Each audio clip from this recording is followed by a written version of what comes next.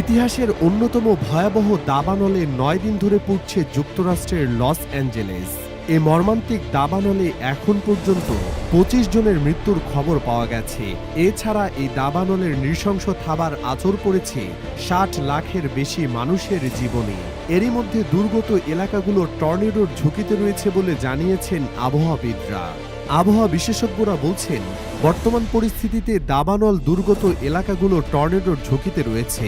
এটি বিরল হলেও এমন এক বিপজ্জনক অবস্থার উৎপত্তি হয়েছে যেখানে দাবানল তার নিজস্ব আবহাওয়া তৈরি করে থাকে। যুক্তরাষ্ট্রের জাতীয় আবহাওয়া দপ্তর সতর্ক করে বলেছে, দাবানল ছড়িয়ে পড়া এলাকায় বাতাসের তীব্রতা বেশি রয়েছে, পাশাপাশি পরিবেশ খুবই শুষ্ক। এই দুয়ে মিলে এক বিশেষ বিপজ্জনক পরিস্থিতি তৈরি করেছে। এই পরিস্থিতিতে বড় আকারের নতুন দাবানল দেখা দিতে পারে। আবহাওয়াবিদ টড হল বলেছেন, বর্তমান চরমভাবাপন্ন আবহাওয়ায় শক্তিশালী টর্নেডোর সৃষ্টির আশঙ্কা রয়েছে। গত আগস্ট মাস ধরে বৃষ্টি না হওয়ায় দাবানলের কারণে দক্ষিণ ক্যালিফোর্নিয়ার বাতাসের মান ও গতি আরও খারাপের দিকে গেছে। সর্বোচ্চ সতর্কতা রেড ফ্ল্যাগ জারি করার পাশাপাশি এ অঞ্চলে আরও এক সপ্তাহ তীব্র বাতাস বয়ে যেতে পারে বলে জানিয়েছে মার্কিন জাতীয় আবহাওয়া দপ্তর। ক্যালিফোর্নিয়া অঙ্গরাজ্যের লস অ্যাঞ্জেলেসে দাবানলের কারণে এরই মধ্যে লাখো মানুষ ঘরবাড়ি ছেড়ে নিরাপদ আশ্রয়ে সরে যেতে বাধ্য হয়েছেন। দাবানলে পুড়েছে বিস্তীর্ণ এলাকা। এ দাবানল ছড়িয়ে পড়ার পেছনে বড় কারণ সান্তা অ্যানা নামের ঝোড়ো বাতাস।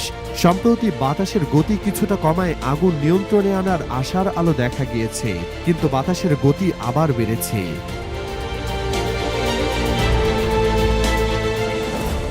লস অ্যাঞ্জেলেসে দাবানল শুরু হয় ৭ জানুয়ারি।